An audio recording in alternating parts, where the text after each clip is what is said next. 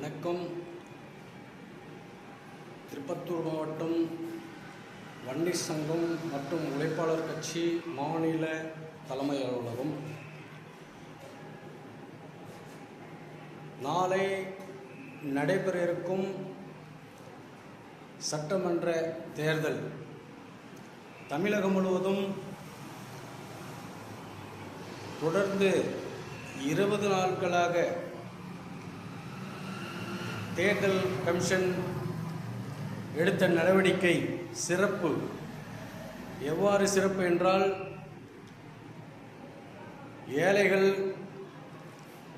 மருத்துவமனைக்கு செல்வதும், ஏழைகள் வியாபாரத்திற்கு செல்வதும், நடுத்தர மக்கள் நகைக்கடை மற்றும் வணிகம் செய்யும் நிர்வாகிகளெல்லாம்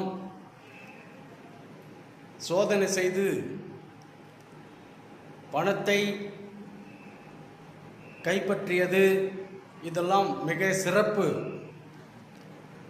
ஆகையால் இதையெல்லாம் செய்த தேர்தல் கமிஷன், இந்த எலெக்ஷன் கமிஷன் தொடர்ந்து தமிழகத்தில் அனைத்து ஊடகத்திலும் வருகின்றது.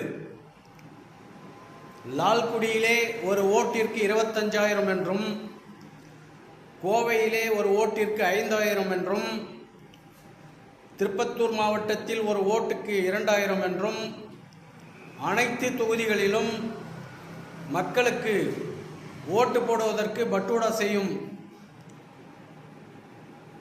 கட்சிகளை இந்த ஊடகங்களும், தமிழக மக்களும், தமிழக அரசாங்கமும், எலெக்ஷன் கமிஷனும் தெளிவாக கண் திறந்து பார்த்து கொள்கிறது, காதறிய கேட்கிறது.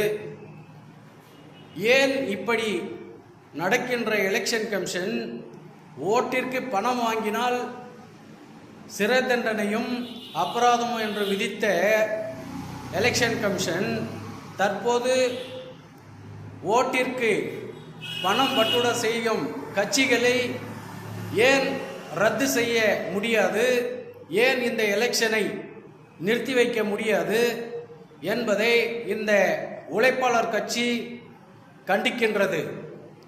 ஏனென்றால் மக்கள் அவ்வளோ ஒரு கீழ்த்தரமான ஓட்டு வங்கியாக எலெக்ஷன் கமிஷனும் அரசியல்வாதிகளும் கொண்டு போய்விட்டார்கள் என்பதை நாடறிந்த உண்மை. மக்கள் தெளிவாக இருக்கின்றார்கள். இதையெல்லாம் நிறுத்த முடியாத எலெக்ஷன் கமிஷன் இதற்கு ஒரு சட்டம் எதற்கு, இது ஒரு சோதனை எதற்கு, வரைமுறை எதற்கு? இதெல்லாம் விட்டுவிட்டு அரசாங்க அதிகாரிகளையும் மக்களையும் சில இன்னல்களில் இருந்து மீட்பதற்கு அடுத்த தேர்தல் வரும்போது இதெல்லாம் தேவையில்லை என்பதை இந்த எலெக்ஷன் கமிஷனும் அரசாங்க அதிகாரிகளும் தெரிந்து கொள்ள வேண்டும். இதிலே நடுத்தர மக்களும் ஏழை மக்களும் தான் பாதிக்கப்பட்டுள்ளார்கள் என்பதை தெளிவாக நாடு அறிகிறது. இதிலே அரசியல்வாதிகளும் பணம் பட்டுடா செய்யும் அரசியலும் யாரும் பாதிக்கப்படவில்லை என்பதை இந்த தேர்தல் கமிஷன் வெட்கங்கெட்ட செயலாக இருக்கின்றது என்பதை நாடு அறிகிறது என்பதை தெரிவித்துக் கொள்கிறோம். இது மிக மிக ஒரு கடுமையான கண்டனத்தை இந்த உழைப்பாளர் கட்சியும் வன்னியர் சங்கமும் தெரிவிக்கின்றோம். இங்கனம் மாநில தலைமை அலுவலகம். நன்றி, வணக்கம். அடுத்த பதிவிலே சந்திப்போம்.